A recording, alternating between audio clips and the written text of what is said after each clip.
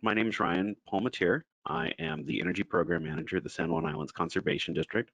I have 21 years experience with Adobe Premiere video editing and video editing techniques, as well as broadcasting. I was really stoked to see OBS on the screen there. I was like, right on, excellent. OBS is probably one of my favorite tools at the moment for doing live broadcasting, doing simulcasts and whatnot through YouTube. It's a really cheap way to promote events and then put those embedded YouTube links onto like Facebook, and then everyone that has a Facebook account can then just click on it and boom, they're there and they can ask questions and whatnot. It's a really good way, especially during COVID, to have broadcasting. However, since COVID, we have not had any actual live gatherings, so I haven't used it for that purpose in a while. But when we have like really like cool speakers come out, we like to broadcast it out for. We live in somewhat of a difficult area to get everyone to a certain location. I'm on the San Juan Island, so if there's an event at 2 o'clock and people from the other islands want to get to it, they might not have a boat back. So we found OBS to be perfect for that. But what I'm here to talk about today is Adobe Premiere. This is a non-linear editor. So if you see someone that ever writes NLE, what NLE do you use? They mean non-linear editor or Adobe Premiere, Sony Vegas, or Final Cut Pro. There's some other ones out there, but those are the ones I'm familiar with. And when you load it up, it can be really, really intimidating to first use, especially when you've never done this type of work before. So there's something that I like to call a workflow, and other people call it workflow as well, where here's exactly the steps to do it. Now, before I get too far into the weeds on that, these programs are designed to work how you want them to work. There isn't a specific step by step by step for the entirety of the software. You can design it to however you want to use it. If you're using a single screen setup, if you're using a multiple screen setup, if you're like me and using an ultra wide screen setup, there's different ways to set it up to how you want to use it. So there's really not a wrong way to start, but there are very somewhat critical steps to take, which can make this somewhat intimidating. However, it is fairly user-friendly compared to when I started using it. It has gotten much, much, much better. But say you went out into the field and you took some film. And in this instance, I'm going to minimize this. You downloaded, you took some aerial shots with a drone, you got some stabilized camera images, and you have some still images. Then I also have some background scoring here, and I'll give you a little more information on that when we get to it. But you have all your aerial shots here in your, we'll just say for the sake of argument, this is on a memory card, and we've transferred it to the computer. Stabilized camera, I like to separate them out by camera type so I know kind of what I was shooting with. If you just use the one camera, make folders that say what it was, like beach, farm, this part of the farm, just so for your organizational understanding of where everything's at. And then I have still images. So I found an old project that I didn't really utilize. We took a bunch of video and we ended up using it for something else, but we never made a video of it itself. So I'm going to use just some of these shots just for the sake of argument. These are 4K shots. So they're usually using a gimbal stabilized 4K camera and a gimbal stabilized drone, as well as a Nikon D850 camera. And really where this editing software is, and I tell people this a lot, is video editing is the art of convincingly lying to people by doing video magic. So usually when you're shooting things and how you rearrange them are going to be a little bit different. So as you're doing this and as you get more familiar with it, you're going to know how you're going to want to edit. So you're going to know how you're going to want to film something.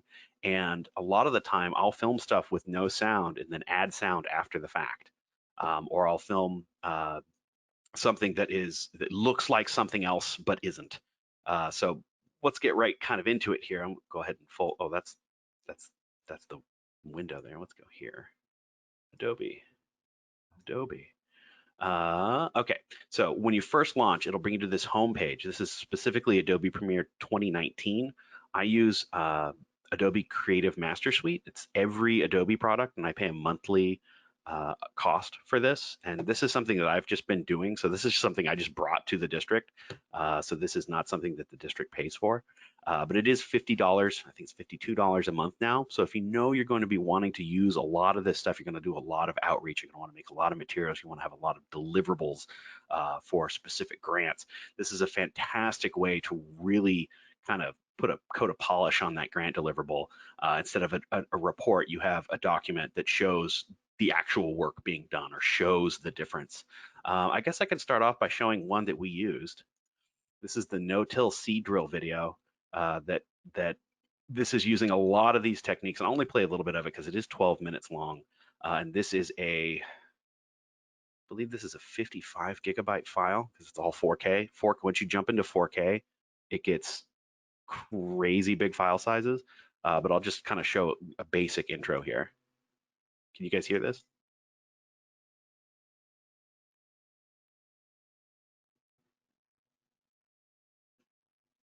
Oh, I'm not hearing anything on the video, Ryan. It is not capturing the video. Okay. So I'll just kind of shoot around here. We did some shots out in the farmland. We did some shots in front of our no-till drill. We did some aerial shots. We did some titling. We did some interview shots. We followed the rule of thirds on some, it's a bad shot of Bruce. And then we did a close-up shot. So you have actually two cameras in the room and we have him mic'd up. Let's see if it shows the microphone. Usually you want to hide this a little bit better, but it seemed to work okay. And then we did titling, and then there's musical scoring behind it as well. So we'll jump into here. And how we start one of these projects is we click on New Project. New Project gives you a title name, where the location you want to save all of your information's at, and the various different pieces of your setup. So I'm using the Mercury playback engine GPU acceleration. So what this means in English is that I have a graphics card that is specifically designed to increase the speed and process visual data. And so when you see, a lot of the time you end up either getting like a Quattro card, like a workstation graphics card, or what's more and more and more common now is what are normally considered gaming graphics cards. They have extremely high amounts of CUDA processing cores in there, and they're usually much, much cheaper than the platforming cards. So the workstation cards are $4,000 or $5,000, whereas a decent gaming card is 200, 300, 400. So it's a pretty big increase.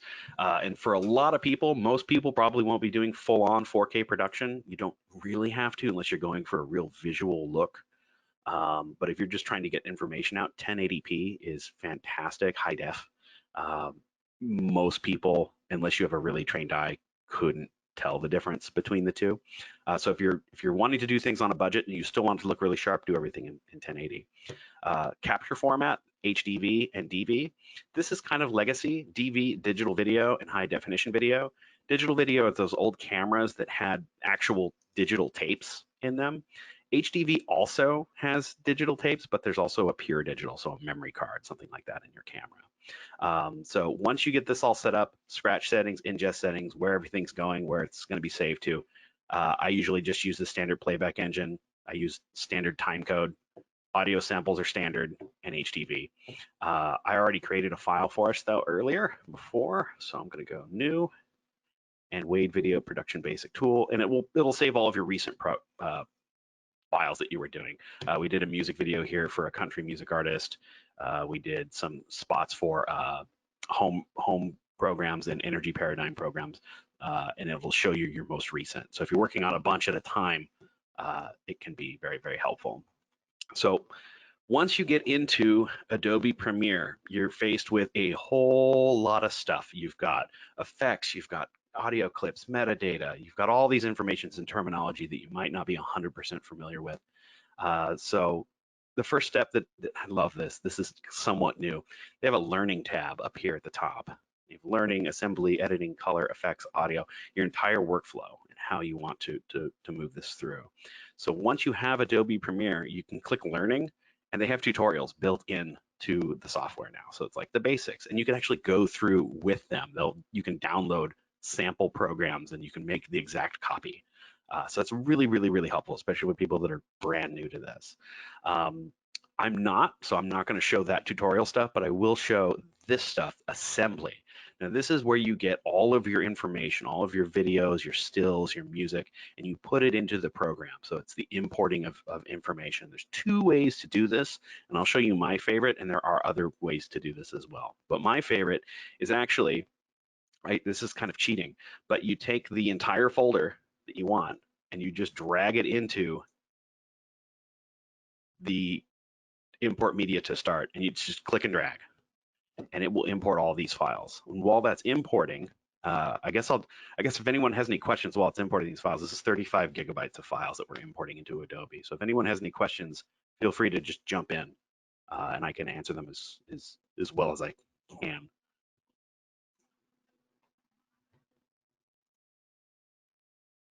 Yeah, feel Okay. free to either raise your hand and I can unmute you, or type anything into the question box and I can read it for you if there's any questions. So right now in the bottom corner, it says this in really small font, but this is generating what are called peak files. And these are kind of the thumbnails that'll be used in our timeline down here. So we have our program, which is going to be our monitor, what we see, our timeline down here, which will look much more like a timeline once we get stuff in there, and then our media library. And now that I've had those folders saved with those files in there, it's now saved in the same way. So I know where my aerial shots are, I know where my stabilized camera shots are, and my still images. And there's a ton of data in here. So you've got your frame rate. I like to shoot at 24.97 frames per second. It always shows it as 25. The media start, 0, media end has the different times. And how editors used to do this is they would just be given a list, and it would say this clip, this time, end time, and it would say like 0000002, 0000031, and you'd know exactly where to cut it on the time frame. It'll actually have those numbers on there, and then has the duration. This is 36 second clip. This is a 5-minute, 17-second clip, so on, so on, so on. Some of these can get pretty big. And what this software does is it makes a graphical user interface of what I just was saying there, where it has the start and stop times, and Adobe actually takes that information and processes it for you in real time, so you can see what you're doing, and then you render the program, and then it puts it all together in a file. Then you export that file, and you can compress it to whatever media you're pushing it to. So say you wanted to do something, you want to put it on YouTube, which is probably the most popular. There's a preset for YouTube and whatever quality you want, 1080p, 4K, 720p, etc. So now that our files are all ingested, they're all into the media library, we can start to play with them. So let's take some of these aerial shots. Let's see, let's take just this first one here and plop it right, click and drag, plop right into the timeline. It will create a timeline. It will show you the image, and this is called the playhead, this little blue dot here. You can move it around, and it will move the image around. And you can take your keyboard and go a couple steps forward or a couple steps backward. This yellow line means it is still processing, so it is still chugging along. Let's try to find a smaller image. Let's take a still image. Pop it right there. So now we have that still image. It's going to load into the screen here. Ooh, maybe I picked too big of files. So now we have this still image. So the screen will show exactly that for this amount of time on the playhead. So we have 0 seconds over here, all the way up to 3 minutes and 32 seconds. This is your major timeline piece here. As you move around, it will start to show this. As soon as this is a little more rendered, it'll start to show each frame.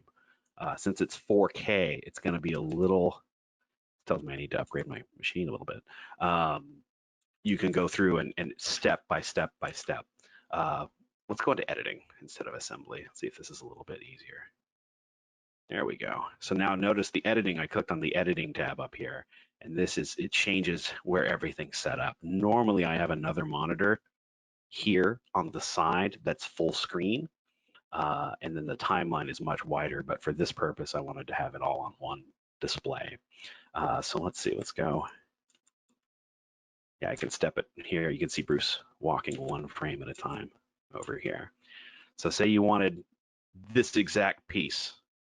There's a toolkit over here that has all these different icons, and everything's really iconography based. So this is a razor blade. And so like they did in the old days, they used to take a physical razor blade and cut film. That's the exact same thing we're gonna do here. We take the razor blade, and you see this little line next to it on the left side of the icon here. There's a little dotted line. If you line that up to exactly this spot on the playhead, it will make it a precise cut there. Then I can actually take the footage and move it. So now we want to take this still image that we have, put it in between. Now there's a gap there, that little gap of nothing.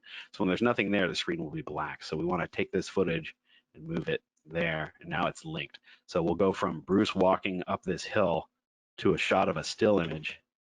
Go ahead and hit play here.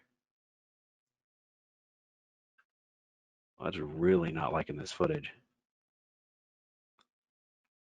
I probably should have pre-ingested this before we started, but I wanted to show the ingest process. Let's close out of this. Oh, as soon as I do that, it starts playing. Okay. Let's go here. Let's just do still images. That should be much easier. So we have this still image and this still image. So we have the picture of the vehicles on South Beach looking over the Salish Sea over towards the Olympic Mountains. And then we have one with the truck here and the one with the truck here. So if we move this image here, now as soon as I click here enough, zoom in a little bit. See how it's moving each time I click. You should probably be able to hear that on this keyboard. It's pretty clicky. But when you click the arrow, it moves one frame forward. So let's get right to this point. So this is where we transfer from one picture to the next. As soon as I hit this, the truck should move. So you're basically playing with a linear timeline. Let's go ahead and move these out here to the very beginning. You're playing with a linear timeline that allows you to change things as this goes. So this is modern time. So it's kind of time manipulation. So everything behind this blue line is the past, everything on the blue line is the present, and everything ahead of it is what's coming. So as you're visually creating these timelines, I'll just start grabbing random footage here. You are seeing what is coming up. So here's the inside of a vehicle driving down the road, and then here's another shot of a vehicle driving down the road. So maybe I'll step back a little bit. When we input a footage that has audio connected to it, most cameras will have a built-in microphone. You're going to capture the audio and video at the same time. So this here, I'll make this a little bigger. This piece here is the video component, and it's going to be in video 1, video 2, video 3. It keeps going up and up and up and up, and you can make more as you go. You're not stuck to just 3. You can actually have 150 layers of video. And then you have A1, A2, A3, audio 1, audio 2, audio 3. So I'll make that a little bit wider. And this will show you what's called the waveform. And this is the left channel and the right channel. So if you're recording in stereo, most cameras will have a stereo spoof. Most audio is captured in mono or one channel, and then they spoof it, they fake it, so that you hear the same exact thing on the left and the right. And an easy way to tell is by looking at this waveform. If it's exactly duplicated, if it's exactly the same audio fingerprint, this waveform's identical, it's spoofed, it's fake. The only way to get true stereo is to have literally 2 microphones, one on the left, one on the right. And there are a few cameras that come with that, but it's pretty rare. Usually you get a spoof camera, especially when you're under the $500 price point for a camera. But it will play in both. What's weird is when you take out one channel and you only hear it in like the left side of your ear instead of both.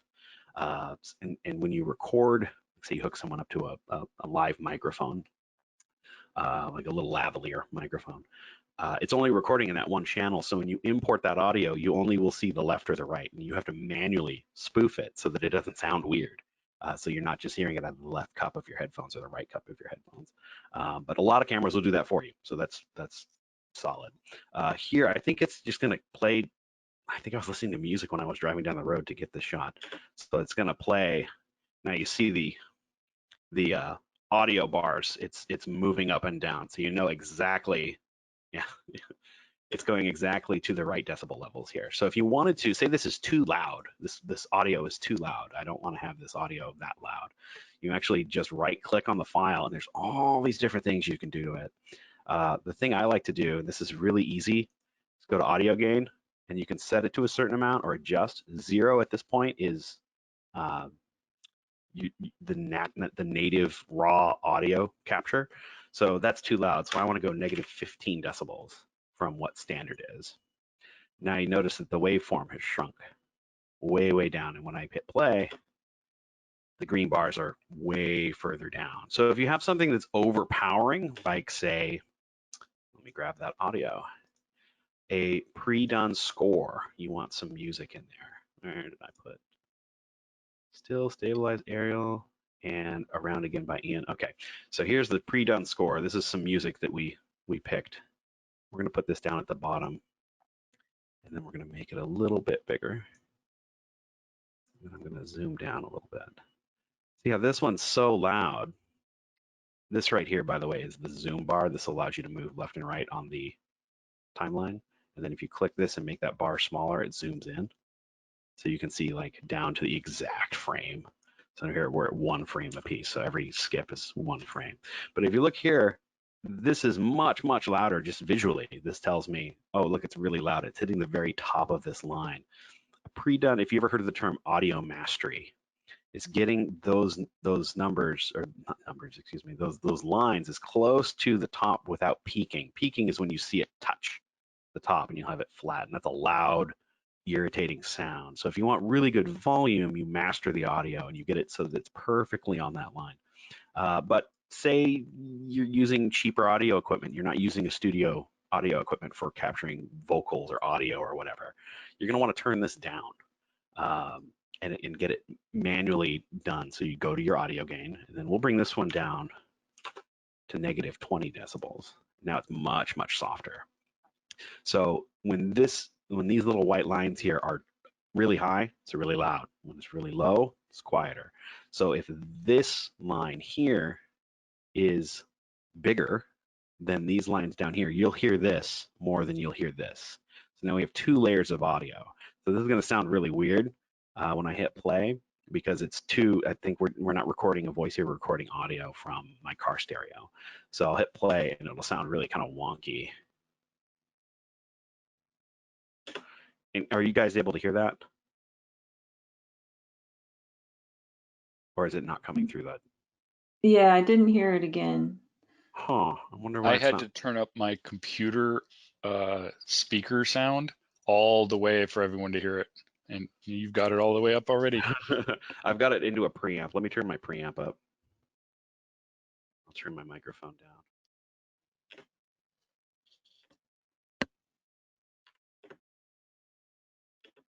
Oh, I still got that open. Is that working? Nope. It's because I'm using this weird sound box. So I'm going to go ahead and delete all of that there. And so now we go back to assembly. And we can put our shots in sequence of how we'd like. I really should have picked something with like interviews where I could sync up audio with mouths. So far, I guess I'll take a quick check on the audience. Is this just unbelievably confusing, or is there something specific you'd like me to show you? Because I'm just kind of going through a basic workflow with less than perfect footage here.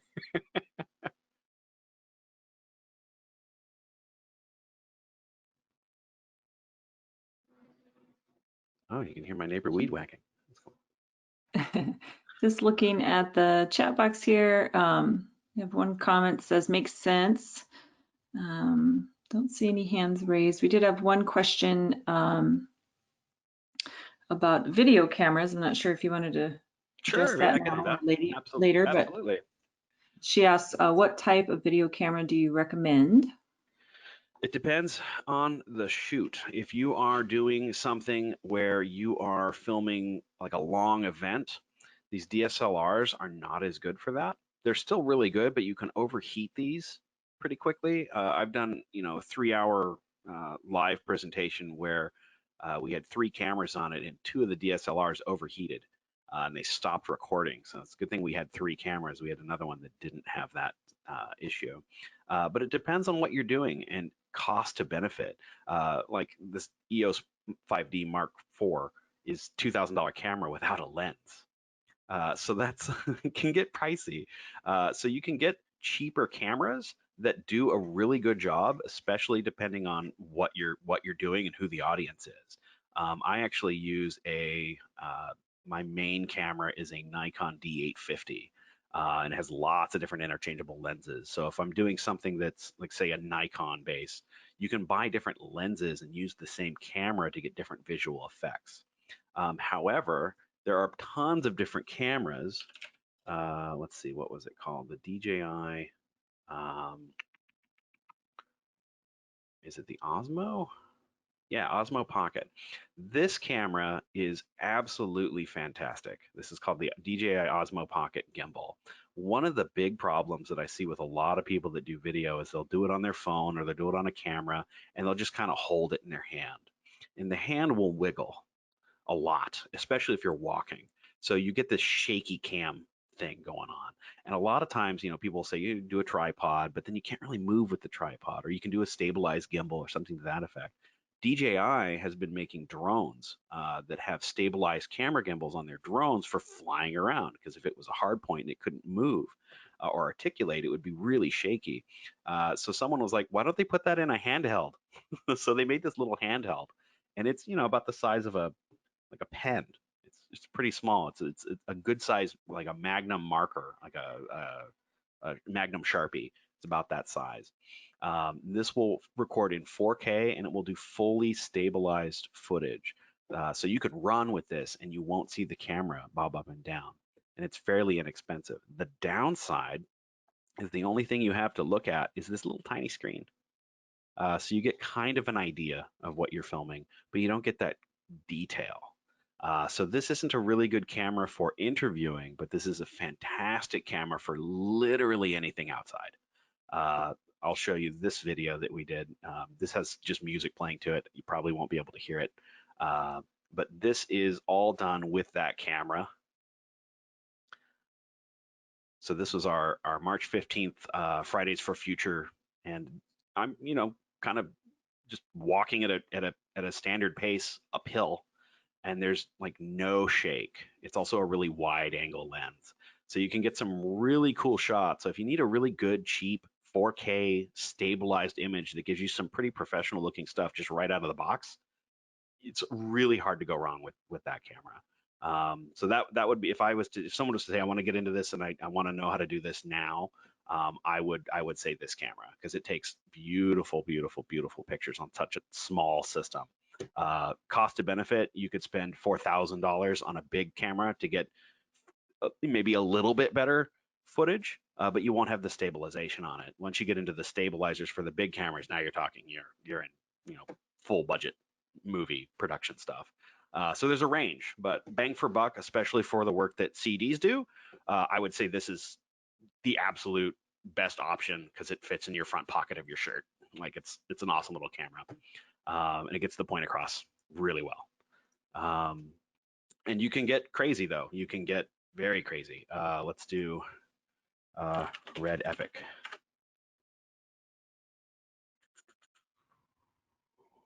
Let's see. Yeah, they get okay. Here's a red camera kit. This is $20,000, but this will film like full-on movies. But this is a whole other. I mean, it ranges. So you from 200 to 200,000. So I would go for the stuff we do. That little DJI camera is absolutely fantastic. Any other questions on cameras or camera equipment? Oh, here's that backpack. I remember I pulled that up when I said this. So it's a backpack you wear, and it actually has all of your transmission gear in it. And you hook up a camera to the bag, usually like a stabilized camera or a action camera, something to that effect. And then this is using Verizon 4G. Depending on where you go, this might not be the best solution for you. And then you can control the broadcast via your cell phone in the other hand. So one hand's holding the camera, the other hand's holding the broadcasting equipment, or somebody else if you're doing a two-person program. But yeah, just one person's gonna have a backpack with like cables coming out of it. But this works really, really, really well. But it should. It's $8,000. So if you maybe all districts come together and buy one of these things and we share it or something, that might be a cool thing, because I can't imagine we'd use this constantly as districts do these farm tours or green home tours or whatever they are. But this is we're getting close to news van in a backpack. Yeah. We do have a couple more questions in the box here. One question is from Gabriella. She asked, what transitions do you like to use? how much do you mess with the graphics capabilities of Premiere? Graphics capabilities, fairly often, but not enough. Like when you first get into doing video editing, you're like, I want to try all the transitions, and then you can end up making it look silly. Like star wipes. Star wipes they're fun, but they're like completely unprofessional looking. But don't tell George Lucas that. He loves using weird wipes. And so it really depends on your style. I usually just do a small fade. Let's see, let's go to video transitions. I like just the standard cross dissolve or the dip to black. These two are the two that I use primarily, but it depends on what you're doing. Dip to white, I mean, if you have a shot where you're looking at these cars here and you pan into the clouds, maybe a dip to white, maybe it looks better dipping to the natural color that's there. But for example, let's just cut there. And now we have a cut between the two frames. So I want to put a transition in that cut. I just do a dip to black. I move it over that cut. Here we'll do the full on that clip halfway. So half starting on the old clip, half starting on the new clip, or all on the new clip. Halfway is really good. It's going to look weird because it's the same footage. Wow, it is really not liking this footage. There we go. So it's really pixelated. Let me do this. So generally when you get these yellow lines up here, if you're using really high-end cameras and you have, like my computer is, got a pretty good graphics card in it, but it's still got like about a 6-year-old processor. Sometimes it can chug along on some of the 4K stuff. So we'll go up here to sequence and we'll render. Actually, let's cut this down so it doesn't take as long. So I'm actually cutting those other parts of the scenes down. So now I've got a smaller file. Put it up at the front so it's at 0. Sequence, render into out. And then it's going to render that file. So it's rendering all 121 frames, gives me an estimated time. Once it's done rendering, this yellow line will turn green. So the green parts means it's rendered up to that point, and then we shouldn't have an issue with that. It should be much, much, much faster. If we were doing 1080p footage, you wouldn't necessarily have to do this step. It just depends on how much power your processor has. So then you get into what type of hardware do I need for this? And again, the answer is it ranges depending on how you're using it. This is using that DJI camera that's filming at native 4K. You can actually go into the camera and change it to 1080p, 720p, whatever you're most comfortable with. The larger the file or the higher resolution you use, the more space. So now we put that transition in, and then there's your dip.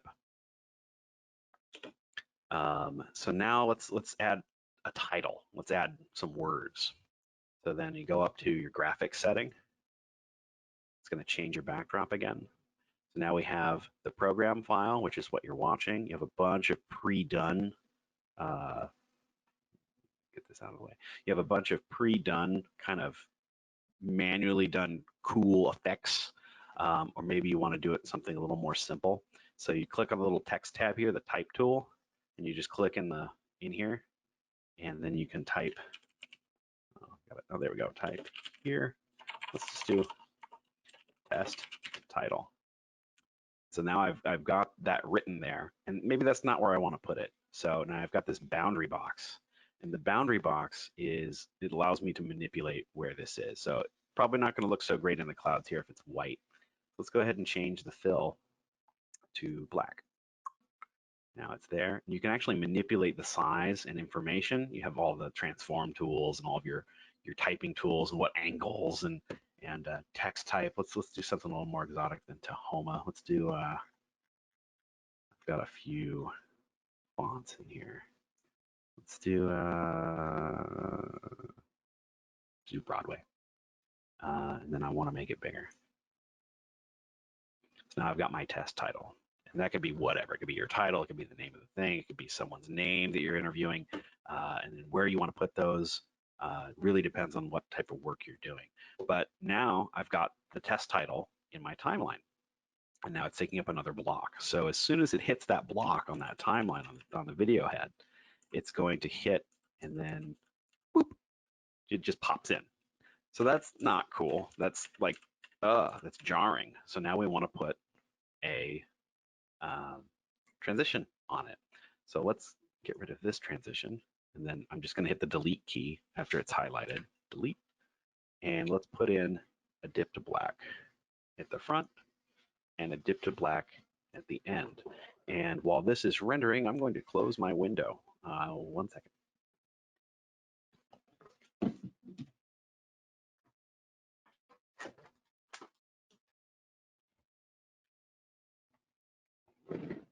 So now that's rendering, and it renders stuff like that pretty quick.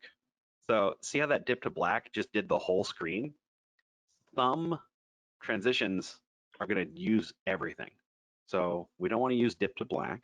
We want to use, that's really good for full screen to full screen, but for adding something in, we want to do something that's a little more additive. So let's do a cross dissolve. And then let's try that. Oh, let's render because this is 4K footage. And you can see after doing this, just adding one title can take some time. So it's definitely a labor of love, and it does have a lot of time. If you're really fast, if you're really good at editing, you've got it all down and you've got the exact right gear, I usually think about a minute of film is generally about an hour of work.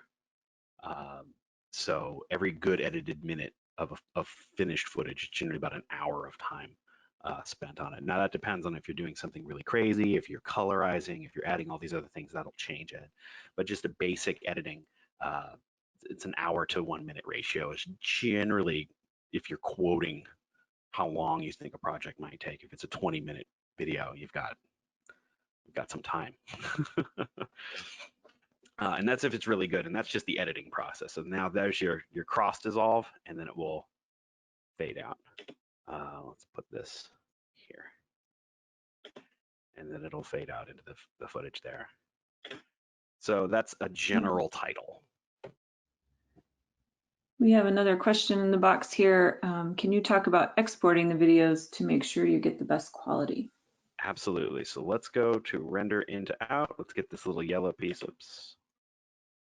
Render into out. So once we have our finished footage, and this is far from finished, this is just a slow pan with some wind blowing in there with a test title, but we want to go to File, File, it's not letting me click File.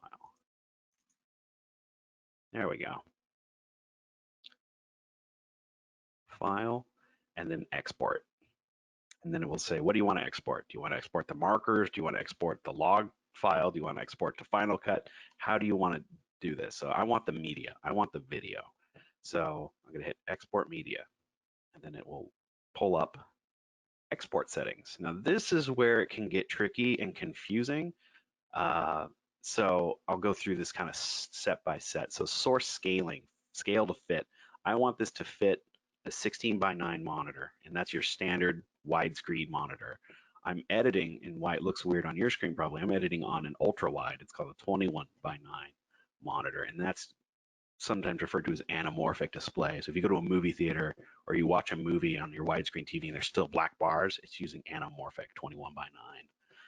Standard screens, TVs, computer monitors generally are 16:9. There are some 16:10s. Those were popular for about 3 years in the mid 2000s. And there are some 4:3, which are the old square broadcasts. So like old TV shows that you're watching on Netflix. It's like, why are there black bars on the left and right? It's because they were filming in 4:3. So we go into scale to fit, scale to fill, or stretch to fill. So if you have a 4:3, you filmed it on 4:3 and you want to make it 16:9, you can stretch it, but then it warps the footage. I don't like doing that. Some people don't mind. Really depends on your preference. I don't like doing that. And then export settings. So you have your format. This is your compression encoding format. There's a lot to pick from. If I am putting this on YouTube, I am absolutely going to use H.264. And that's just something you end up memorizing, that format name. There's a bunch of other ones. There's MPEG 4, Blu-ray, MPEG 2, MPEG 3, GIF. So if you wanted to make like a quick video and send that out to phones in a text message or something, you can do it in a GIF file if you're doing something short. But for video production, I will always recommend H.264. The preset is match high bitrate. So I want this to look as close to the raw footage as possible. Comments and then output name. Comments, you could put something here like this is the first trial or like test footage.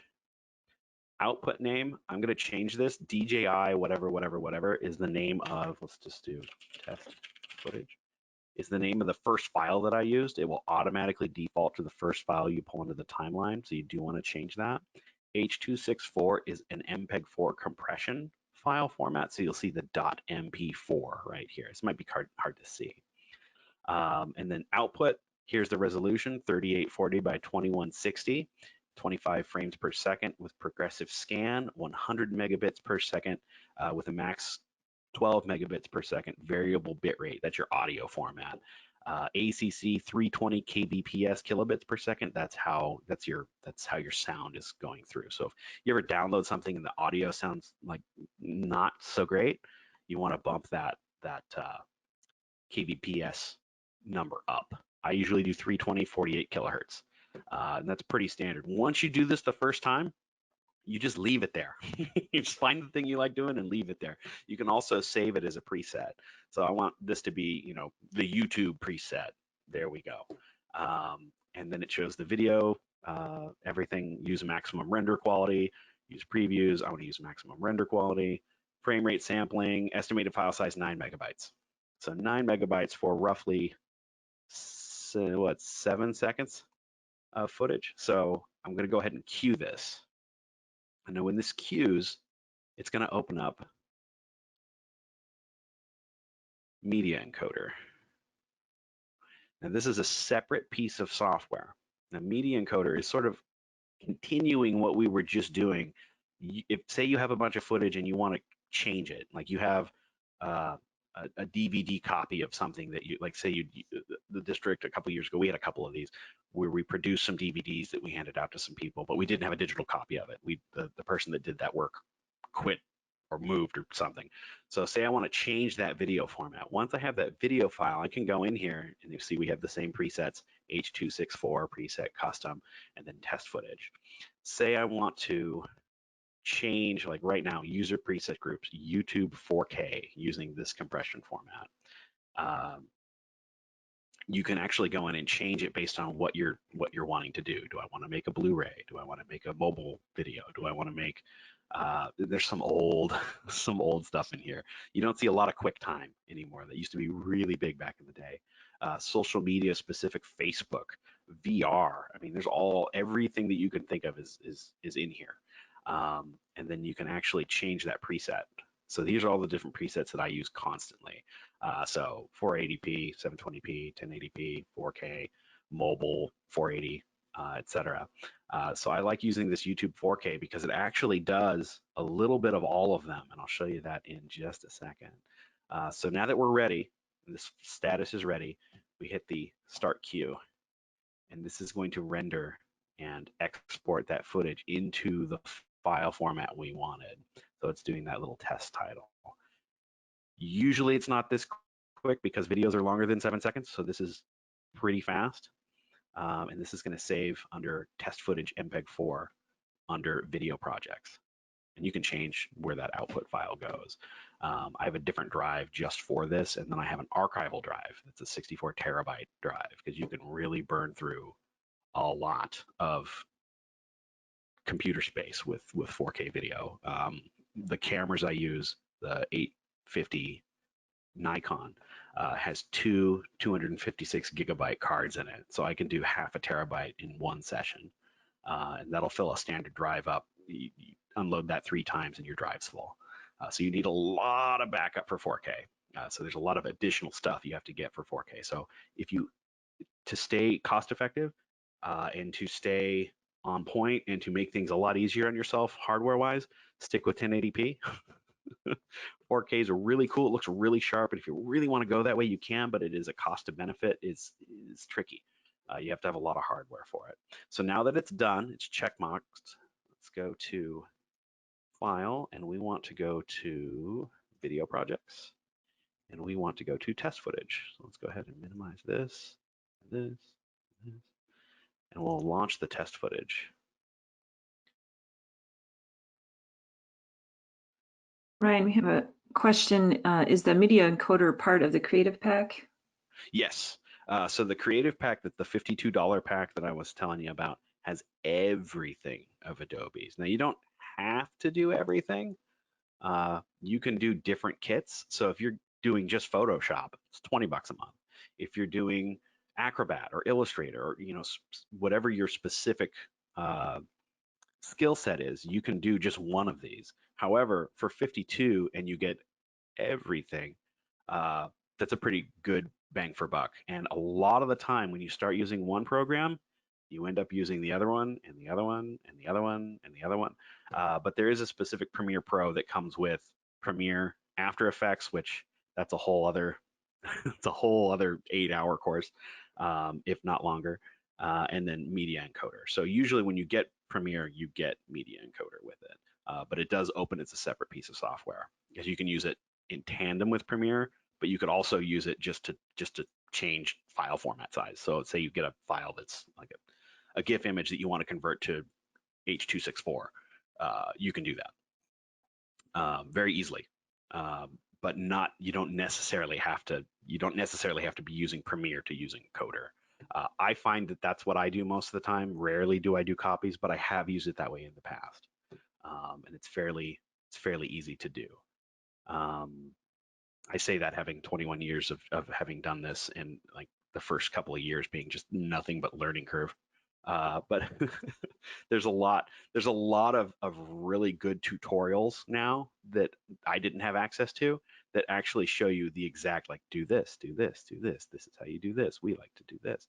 And really making it your own is really going to help with that process a lot. We have another question here, Ryan. Does the Osmo Pocket Gimbal do still photos, and how is the microphone? The microphone on it is, in my opinion, it's garbage. Most microphones on cameras are decent. I say this like wincing.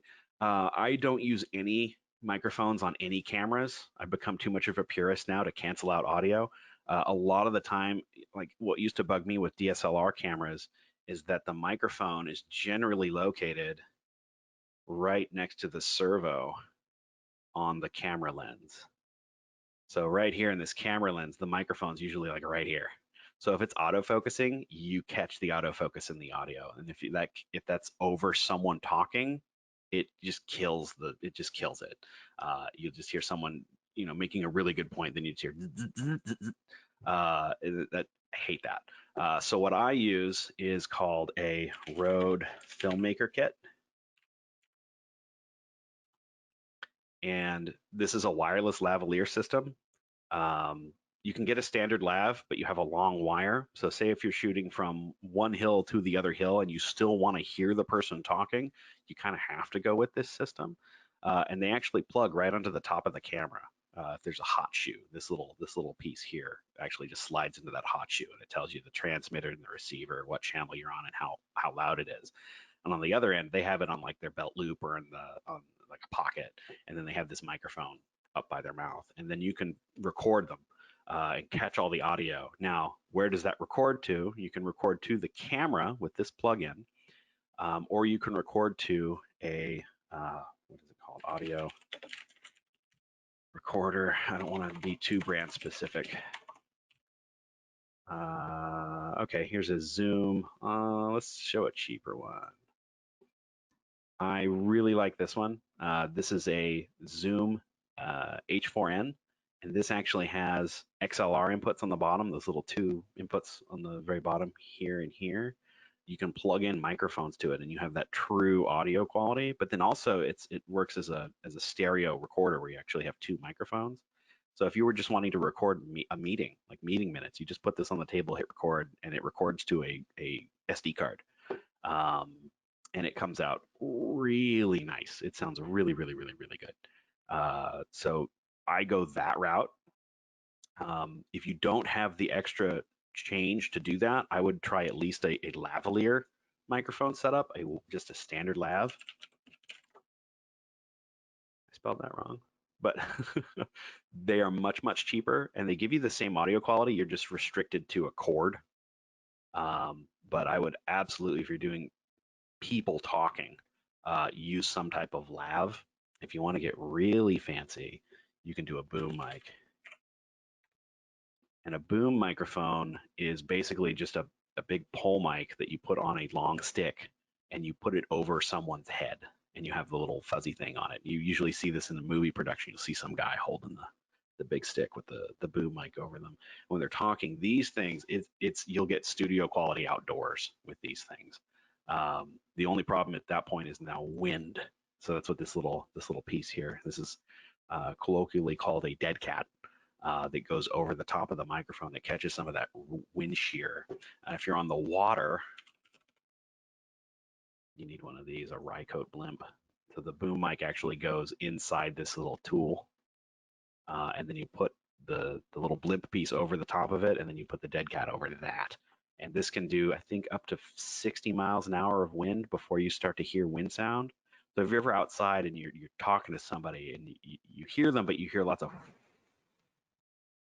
that's because they weren't using a windscreen of some type.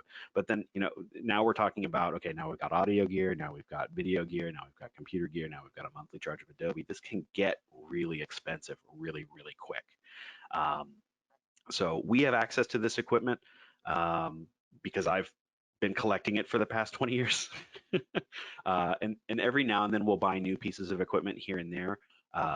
But just a starter setup, I would say just a standard camera, something under 500 would be fine. If you have one of those little DJI cameras, you'll want to get one of these zooms, and then record your audio separately. However, when you are recording your audio separately, you do need a action clacker.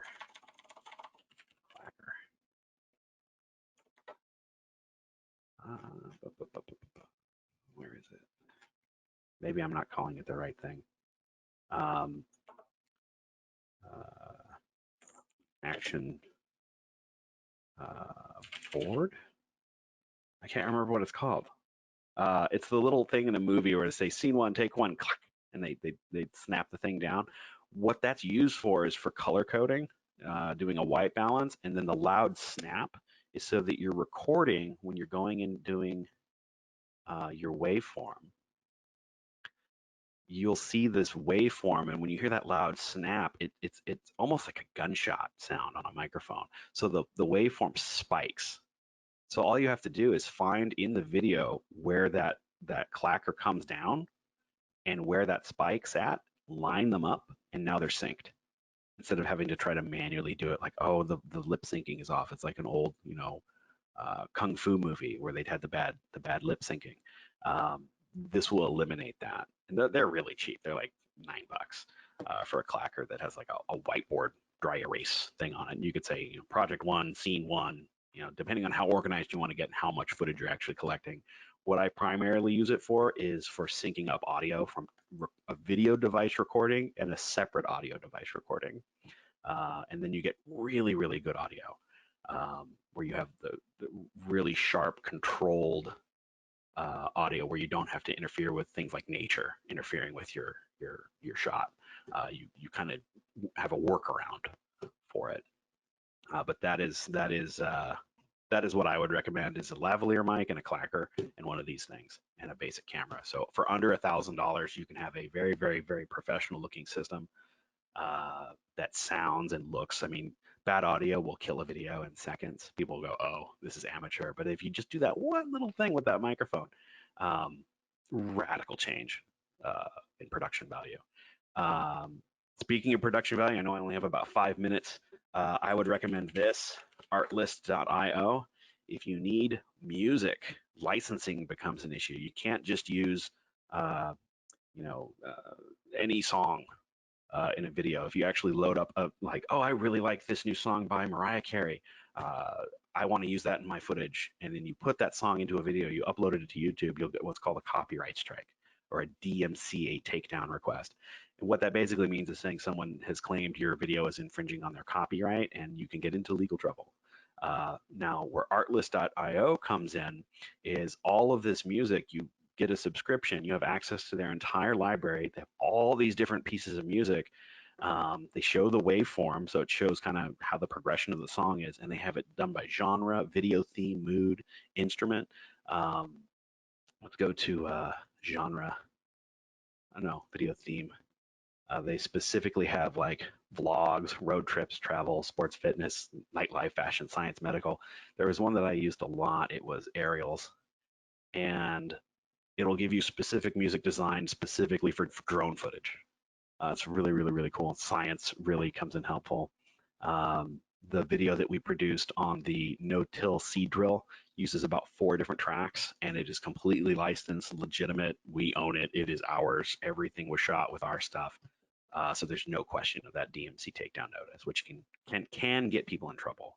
I've never personally seen anyone get in trouble from it, but I've heard some pretty bad horror stories. So definitely make sure you're using you own your stuff completely before using it. Ryan, we have just a couple more minutes here, and I do have one question in the box.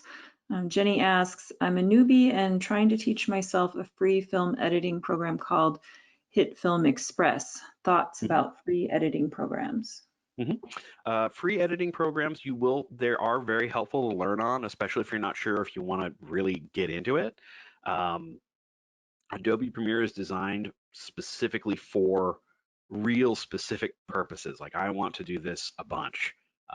So if you use any free software, like any of the Linux-based stuff, they work. You'll find some shortfalls on some of them. Windows used to come with a program called Windows Moviemaker, which did basic stuff. I have this shot. I want to add a title. I want to maybe put some music in it, and that's really all I want to do. I don't want to get too technical.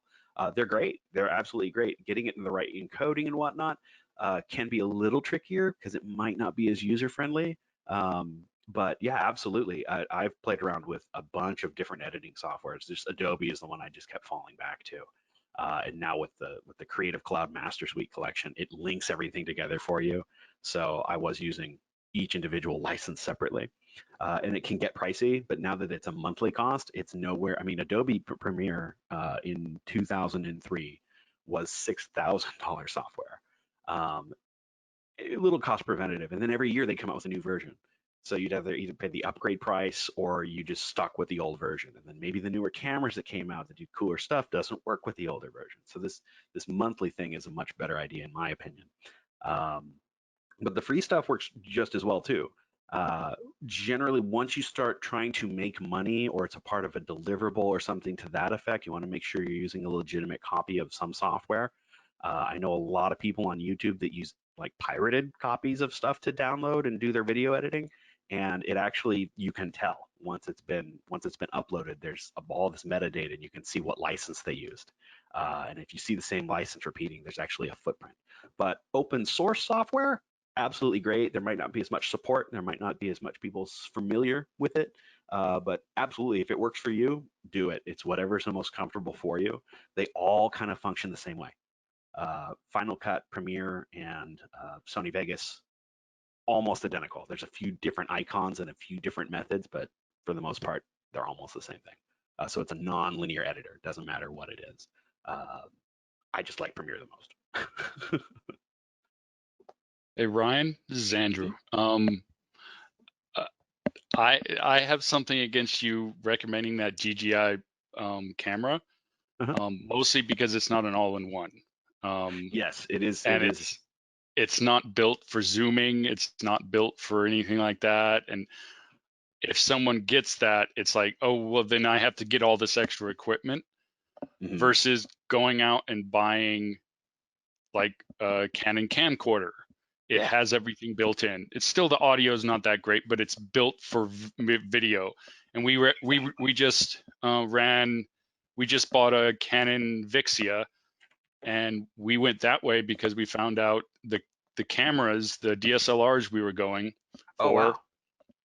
Oh, this is a refurbished one. I was like, wow, this is under $200. Well, yeah, no, we did the $1,000 one.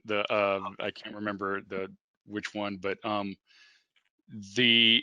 the DSLRs only record 29 minutes of video, 29 point something minutes of video, and then it either shuts off that video or creates another file. Yep. Exactly. So it doesn't burn out, but it's mostly customs issues or taxes issues bringing it in, because it's no longer a camera, it's a video camera and all that. So we went with a camcorder instead. So if you are going to buy a DSLR, make sure it will record past that 29 minutes, unless like we were, you know, presentations that we recorded, someone would have to be there and go stop, start, Exactly. kind of thing. Exactly. And then we also went with a Rode Go mics, which are really, really good, and nice. they're tiny. They're that's about the size they actually are. That's awesome. And they clip on, and there's a whole bunch of different features that you can do. One's a receiver, or one's a transmitter, and those alone, right there, would be a good mic. You don't need to plug in anything, but you can. You don't need to do anything. It's a mic on its own. Nice. Nice. And yeah, that's awesome. they're half the cost of that better quality one, of course. But yeah, those worked really well, as long as you remember to charge them. Yeah, exactly. But they do charge off a USB. So we're going to set up our entire camera kit to run off a battery pack, so we can just charge that battery pack and charge all this stuff. Perfect. Yeah, there's all these different solutions, and you end up finding which one works best for your situation. There's no real particular. I mean, I like the DJI because it's small, but there are some hangups to that. Like, it has its own charging base, it has its own specific stuff, it has its own. If you're doing movement stuff and you're walking with it, oh yeah, that's absolutely something with a gimbal is just perfect for that. Exactly. Yeah, and I absolutely love Rode. I'm using a Rode microphone right now. I have a Rode gimbal arm on I have a little production mic. I use the Rode NTG3. I use the Rode everything. That's just my opinion. Some people really like Sennheiser. Some people like, but I love Rode. So yeah, it's cost effect and what you can do with it and what you're trying to do with it.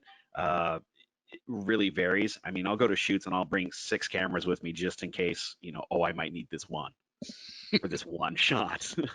But for just a workhorse camera, just a basic camcorder that does 1080p, like this 250 Canon Vixia would do it. Absolutely. Yep. And we went with the higher end because it had both microphone and headphone out, was one of the main reasons we went with it. Absolutely. Some of the smaller ones might have a microphone in, but they don't have headphones out, so you can't listen to the audio while you're recording. So some of the things to look for, and it also had 4K as an option, and two SD cards, so you could mirror them. Yep. So as a backup. So real quick, guys, I'm just going to interrupt you here, and this is a good discussion between some pros. So there might be folks who really want to hear your suggestions on equipment, but I do just want to say thank you everyone for attending our Wade session this year and being patient with our virtual format. You'll be getting a survey from the GoToWebinar, and would really appreciate you filling that out, letting us know what you thought, what your favorite sessions were, and giving suggestions for next year if you have any. But yeah, at that, I'll let these guys keep talking, but just thank you for attending, and we'll see you next time. Awesome. Thank you, everybody. Yep. Thank you, Jan. Thank you, Alicia.